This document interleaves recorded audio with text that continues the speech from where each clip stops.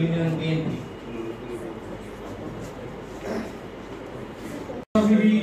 সংগঠনে যাতে ক্লিন ইমেজের লোকগুলো অন্তর্ভুক্ত ছিল বিএনপির ঘাঁটি।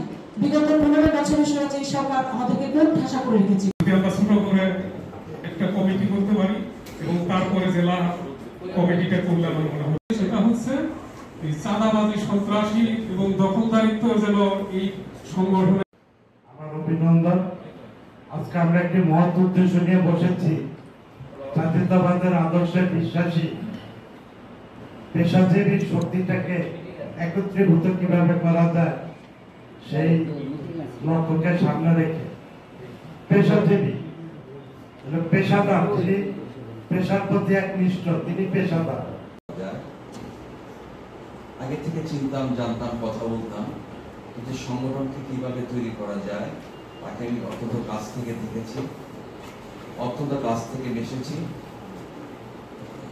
মিশতে গিয়ে তার ভিত্তিতে চিন্তা ধারণা, যে বুদ্ধিভিত্তিক যে চিন্তা ধারণা, জনগণকে নিয়ে স্বতঃস্ফূর্তভাবে যদি কাজ করা যায়, ঐক্যবদ্ধ করা যায়, তার ভিত্তি আমি দেখেছি।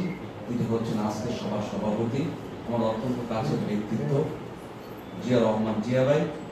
কমিটি করার জন্য, সেই জন্য প্রথমে বক্তব্য শুরুতেই বলেছিলাম যে এই অনুষ্ঠানটা শুধু কোনো কমিটি করার জন্য নয়, আমরা জাতীয়তাবাদী আদর্শে বিশ্বাসী যারা সেই তাদেরকে শুধু একটা প্ল্যাটফর্মে এনে দেওয়া, এইটাই আমাদের একটা উদ্যোগ, সামান্য একটা প্রয়াস।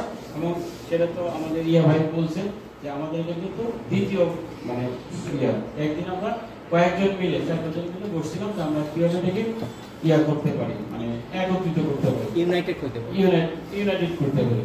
তো সেটা আমরা মনে করি যে সফল না হলেও একটা মানে ক্ষুদ্র একটা প্রয়াস আমরা নিয়েছি। এখন এটাকে আগিয়ে নেওয়া, একটা ভালো একটা পরিবেশ থেকে নিয়ে যাওয়ার দায়িত্ব হচ্ছে আপনাদের। তবে আমরা যখন প্রথম মানিকগঞ্জে জিয়া পরিষদ করি তখন জিয়া পরিষদের পরিচিত ওরকম ছিল না, কিন্তু সেই সময় আমরা মনে করি যে জিয়া পরিষদের একটা ব্যক্তি ছিল।